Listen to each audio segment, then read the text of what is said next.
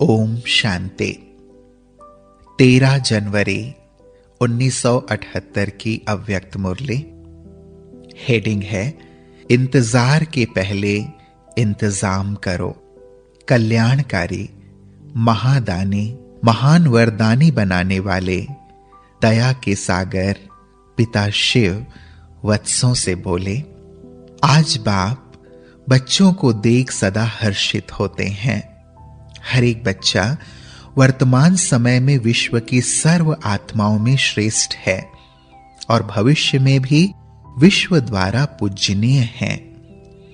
ऐसे सर्वश्रेष्ठ गायन और पूजन योग्य योगी तू आत्माएं, ज्ञानी तू आत्माएं, दिव्य गुणधारी, सदा विश्व के सेवाधारी, बाप दादा के सदा स्नेह और सहयोग में रहने वाले ऐसे बच्चों को देख बाप को कितनी खुशी होती है। नंबरवार होते हुए भी लास्ट नंबर का मणका भी विश्व के आगे महान है। ऐसे अपनी महानता को, अपनी महिमा को जानते हुए चलते रहते हो या चलते चलते अपने को साधारण समझ लेते हो। अलौकिक बाप द्वारा प्राप्त हुई अलौकिक जीवन, अलौकिक कर्म साधारण नहीं है। लास्ट नंबर के मड़के को भी आज अंत तक भक्त आत्माएं आंखों पर रखती हैं, क्योंकि लास्ट नंबर भी बाप दादा के नैनों के तारे हैं, नूरे रत्न हैं। ऐसे नूरे रत्न को अब तक भी नैनों पर रखा जाता है। अपने श्रेष्ठ भाग्य को जानते हुए, वर्णन करते हुए अनजान नहीं बनो। एक बार भी मन से, सच्चे दिल से अपने को बाप का बच्चा निश्चय किया, उस एक सेकेंड की महिमा और प्राप्ति बहुत बड़ी है। डायरेक्ट बाप का बच्चा बनना जानते हो कितनी बड़ी लॉटरी है। एक सेकेंड में नाम संस्कार शूद्र से ब्राह्मण हो जाता है। संसार बदल जाता, संस्कार बदल जाते, दृष्टि, वृत्ति, स्मृति सब बदल जाता एक सेकेंड के खेल में। ऐसा श्रेष्ठ सेकेंड भूल जाते हो। दुनिया वाले अब तक नहीं भूले हैं। आप आत्माएं चक्कर लगाते बदल भी गए, लेकिन दुनिया वाले नहीं भूले। अभी आप सबका भाग्य वर्णन करते इतने खुश होते हैं, समझते हैं भगवान ही मिल गया। जब दुनिया वाले नहीं भूले हैं, आप स्वयं अनुभवी मूर्त तो सर्व प्राप्ति करने वाली आत्माएं हो, फिर भूल क्यों जाते हो? भूलना चाहिए नहीं, लेकिन भूल जाते हो। इस नए वर्ष में बाप दादा को कौन सी नवीनता दिखाएंगे? जो समय दिया हुआ था उस प्रमाण तो सब संपूर्ण ही दिखाई देते। जब लक्ष्य 1977 का रखा तो लक्ष्य प्रमाण सर्व ब्राह्मण आत्माओं का अपना पुरुषार्थ संपन्न होना चाहिए। आप तो परिवर्तन के लिए तैयार हो ना। अब का जो समय मिला है वह ब्राह्मणों के स्वयं पुरुषार्थ के लिए नहीं है, लेकिन हर संकल्प, हर बोल द्वारा दाता के बच्चे विश्व की आत्माओं प्रति प्राप्त हुए खजानों को देने अर्थ है। वह एक्स्ट्रा टाइम स्वयं के पुरुषार्थ प्रति नहीं, लेकिन दूसरों के प्रति समय, गुण और खजाना देने के लिए है। बाप ने जिस कार्य के लिए समय और खजाना दिया है, अगर उसके बदले स्वयं प्रति समय और संपत्ति लगाते हो तो यह भी अमानत में खयानत होती है। यह विशेष वर्ष ब्राह्मण आत्माओं के प्रति महादानी वरदानी बनने का है। जैसे आप लोग प्रोग्राम बनाते हो कि इस मास में विशेष योग का प्रोग्राम होगा, दूसरे मास में विशेष सेवा का प्रोग्राम होगा, वैसे ड्रामा प्लान अनुसार यह एक्स्ट्रा समय महादानी बनने के लिए मिला है।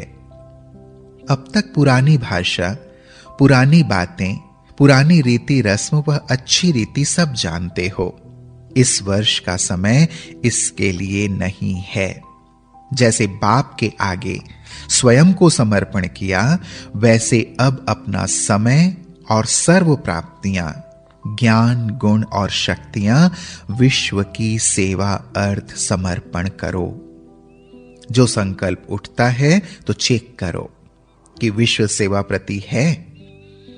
ऐसे सेवा प्रति अर्पण होने से स्वयं संपन्न सहज हो जाएंगे।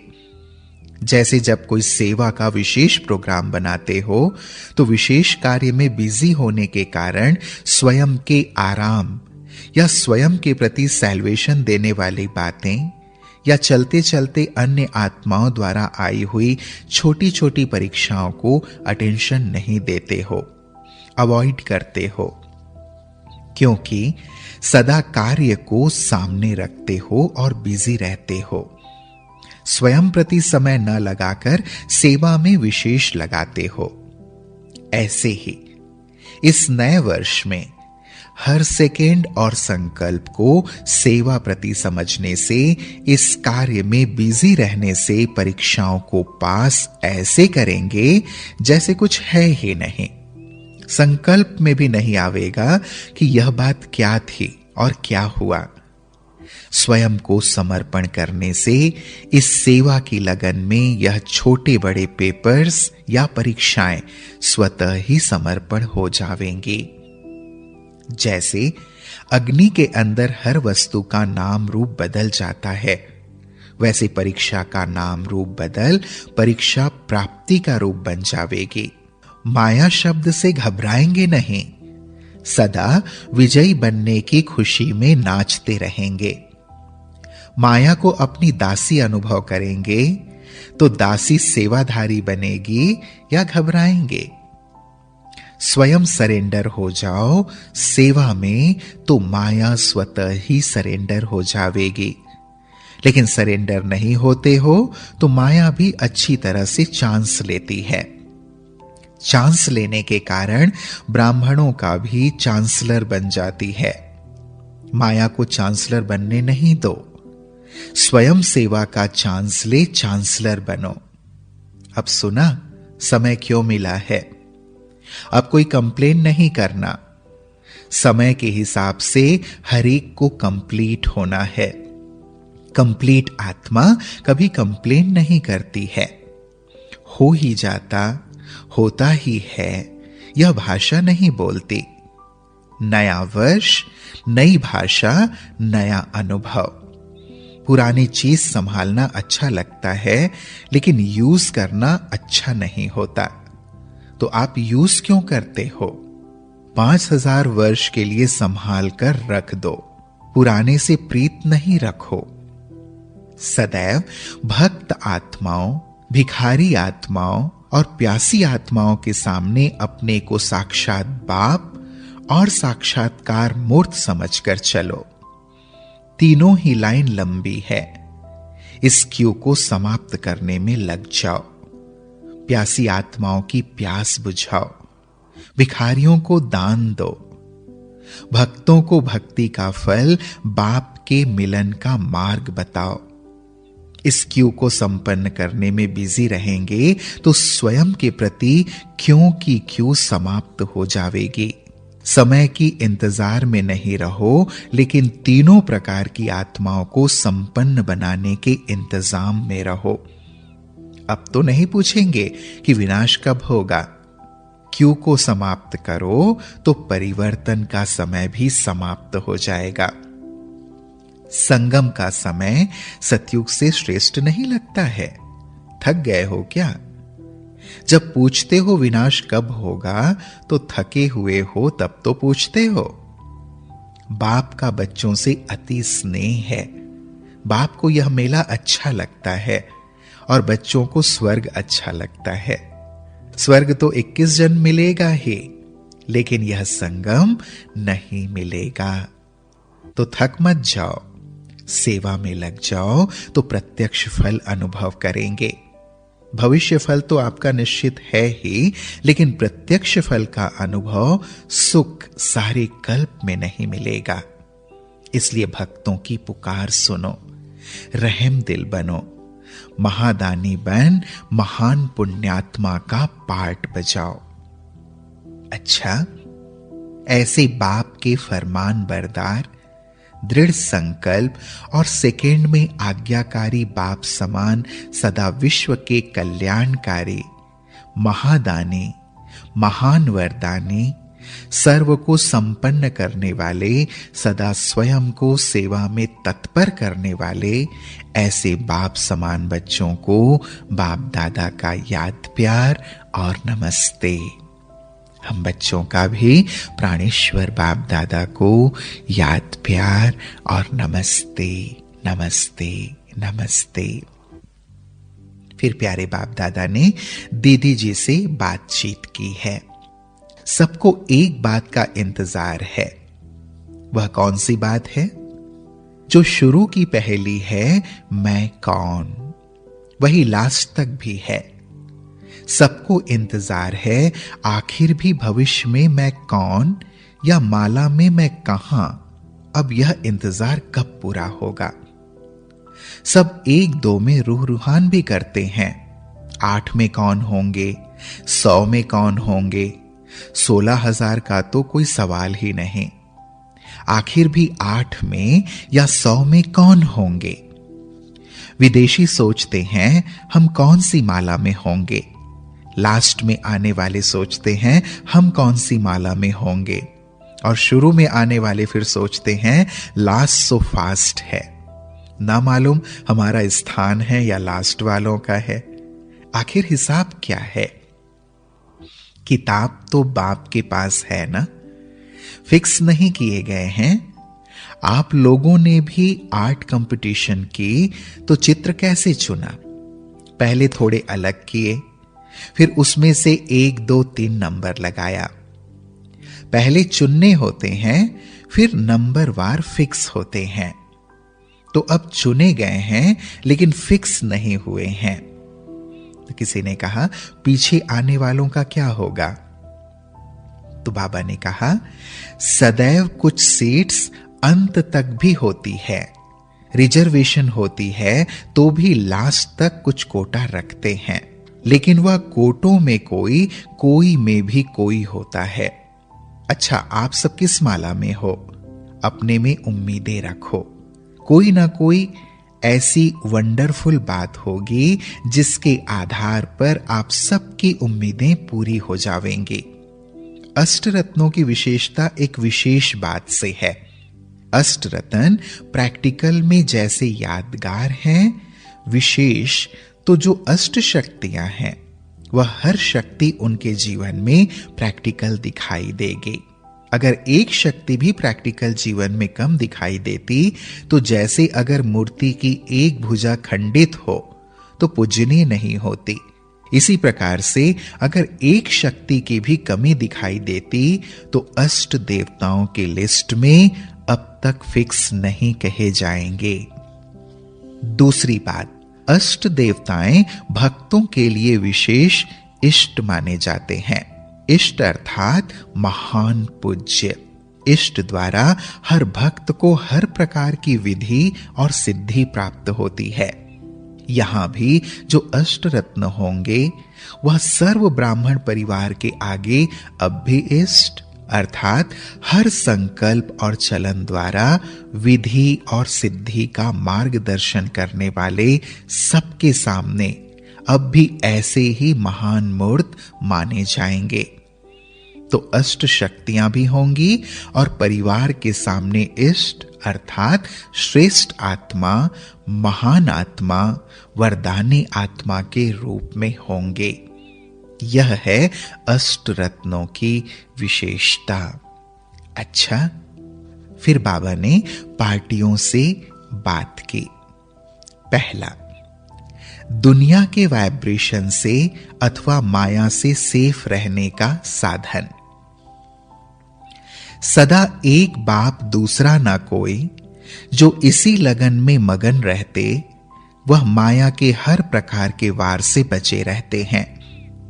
जैसे जब लड़ाई के समय बॉम्ब्स गिराते हैं तो अंडरग्राउंड हो जाते, उसका असर उन्हें नहीं होता। तो ऐसे ही जब एक लगन में मगन रहते तो दुनिया के वाइब्रेशन से, माया से बचे रहेंगे, सदा सेफ रहेंगे। माया की हिम्मत नहीं जो वार करे। लगन में मगन रहो, यही है सेफ्टी का साधन। दूसरा, बाप के समीप रत्नों की निशानी। बाप के समीप रहने वालों के ऊपर बाप के सत के संग का रंग चढ़ा हुआ होगा। सत के संग का रंग है रूहानियत। तो समीप रत्न सदा रूहानी स्थिति में स्थित होंगे। शरीर में रहते हुए न्यारे रूहानियत में स्थित रहेंगे। शरीर को देखते हुए भी न देखें और आत्मा जो न दिखाई देने वाली चीज है वह प्रत्यक्ष दिखाई दे, यही कमाल है। रूहानी मस्ती में रहने वाले ही बाप को साथी बना सकते, क्योंकि बाप रूह है। तीसरा, पुरानी दुनिया के सर्व आकर्षणों से परे होने की सहज युक्ति। सदैव नशे में रहो कि हम अविनाशी खजाने के मालिक हैं। जो बाप का खजाना ज्ञान, सुख, शांति, आनंद है, वह सर्व गुण हमारे हैं। बच्चा बाप की प्रॉपर्टी का स्वतः ही मालिक होता है। अधिकारी आत्मा को अपने अधिकार का नशा रहता है। नशे में सब भूल जाता है ना, कोई स्मृति नहीं होती। एक ही स्मृति रहे, बाप और मैं। इसी स्मृति से पुरानी दुनिया के आकर्षण से ऑटोमेटिकली परे हो जाएंगे। नशे में रहने वाले के सामने सदा निशाना भी स्पष्ट होगा। निशाना है फरिश्तेपन का और देवतापन का। चौथा, 1 सेकेंड का वंडरफुल खेल जिससे पास विद ऑनर बन जाएं। 1 सेकेंड का खेल है अभी अभी शरीर में आना और अभी अभी शरीर से अव्यक्त स्थिति में स्थित हो जाना। इस सेकेंड के खेल का अभ्यास है। जब चाहो, जैसे चाहो, उसी स्थिति में स्थित रह सको। अंतिम पेपर सेकेंड का ही होगा। जो इस सेकेंड के पेपर में पास हुआ वही पास विद ऑनर होगा। अगर 1 सेकेंड की हलचल में आया तो फेल, अचल रहा तो पास। ऐसी कंट्रोलिंग पावर है। अभी ऐसा अभ्यास तीव्र रूप का होना चाहिए। जितना हंगामा हो उतना स्वयं की स्थिति अति शांत, जैसे सागर बाहर आवाज संपन्न होता, अंदर बिल्कुल शांत। ऐसा अभ्यास चाहिए। कंट्रोलिंग पावर वाले ही विश्व को कंट्रोल कर सकते हैं। जो स्वयं को नहीं कर सकते वह विश्व का राज्य कैसे करेंगे? समेटने की शक्ति चाहिए। 1 सेकेंड में विस्तार से सार में चले जाएं और 1 सेकेंड में सार से विस्तार में आ जाएं। यही है वंडरफुल खेल। 5वां, अतीन्द्रिय सुख के झूले में झूलते रहो। आपको सभी आत्माएं सुख में झूलता देख दुखी से सुखी बन जाएं। आपके नयन, मुख, चेहरा सब सुख दें। ऐसा सुखदाई बने। ऐसा सुखदाई जो बनता उसे संकल्प में भी दुख की लहर नहीं आ सकती। अच्छा, फिर प्यारे बाप दादा ने मधुबन निवासी भाई बहनों से मुलाकात की है। मधुबन निवासी सभी सदा बाप की याद में लवलीन रहने वाले हो ना। बाप के समान सदा अथक और सदा डबल लाइट स्थिति में स्थित होना। जो जितना हल्का होता उतना अथक होता। किसी भी प्रकार का बोझ थकाता है। जैसे शरीर के बोझ वाला भी थक जाता, हल्का थकता नहीं। ऐसे किसी भी प्रकार का बोझ, चाहे मनसा का हो, चाहे संपर्क संबंध का हो, लेकिन बोझ थकावट में लाएगा। मधुबन निवासियों को अथक भाव का वरदान मिला हुआ है, तो अथक हो ना। और भी मेला चले। जितना आगे चलेंगे उतना यह मेला बड़ा ही होगा, कम नहीं। जितना बढ़ाते जाएंगे उतना बढ़ता जाएगा। कितना भी प्लान बनाओ, जितना बनाएंगे उतना बढ़ता जाएगा, क्योंकि संगम पर ही ईश्वरीय परिवार की वृद्धि होती है। जितना समय कम उतनी वृद्धि ज्यादा। यह तो नहीं समझते और बहुत आ जाएंगे तो हम रह जाएंगे। जो खुद त्यागी मूर्त बनते उनके लिए सबका स्वतः ही ख्याल रहता है। तो आप लोग तो निष्कामी हो ना। जितना हर कामना से न्यारे रहेंगे उतना हर कामना सहज पूरी होती जाएगी। खुशी में, प्राप्ति में थकावट नहीं होती। मधुबन निवासियों ने पुरुषार्थ का नया तरीका क्या निकाला है? मधुबन निवासियों को पुरुषार्थ की नई युक्तियां निकालनी चाहिए, तो सब फॉलो करें। नया वर्ष शुरू हुआ तो नई बात निकालनी चाहिए। सहज पुरुषार्थ की नई इन्वेंशन निकालो और प्रैक्टिकल अनुभव करके दूसरों को सुनाओ। सर्व आत्माएं आपको ऊंची नजर से देखती हैं। जैसे आकाश के ऊपर चमकते हुए सितारों को ऊंची नजर से देखते, वैसे आप सबको सर्वश्रेष्ठ, महान, लकीएस्ट, समीप आत्माओं की नजर से देखते हैं। तो जिस नजर से देखते उसी में स्थित रहो। आपका उठना, बैठना, चलना सभी चरित्र के रूप में देखते। जैसे बाप के हर कर्तव्य को आपने चरित्र के रूप में देखा ना, तो हर कर्म करते चरित्रवान होकर चलना पड़े, साधारण नहीं। मधुबन विश्व के आगे स्टेज है। स्टेज पर जो एक्टर होता उसका हर एक्ट पर कितना अटेंशन रहता है। हाथ उठाएगा तो भी अटेंशन से, क्योंकि उसे मालूम है कि हमें सब देखने वाले हैं। आपके हर कार्य का महत्व है। बाप दादा भी जितना मधुबन की आत्माओं का महत्व है उसी महत्व से देखते हैं। अच्छा, नया प्लान बनाओ कि स्वतः और सहज योगी कैसे बने, क्योंकि सभी इस वर्ष में यही लक्ष्य रख करके चल रहे हैं कि अब लास्ट में सहज योग और स्वतः योग का अनुभव जरूर होना चाहिए। सहज योग किस आधार पर होता और यह स्वतः योगी किस युक्ति से बन सकते, यह प्लान निकालो और अनुभव करो, फिर सभी को सुनाओ, तो वह आपके गुणगान करेंगे। मेहनत कम और सफलता ज्यादा, ऐसे नए पुरुषार्थ के तरीके बनाओ। प्लान ऐसा तैयार करो जिसको देख सब मधुबन निवासियों को थैंक्स दें। ओम शांति।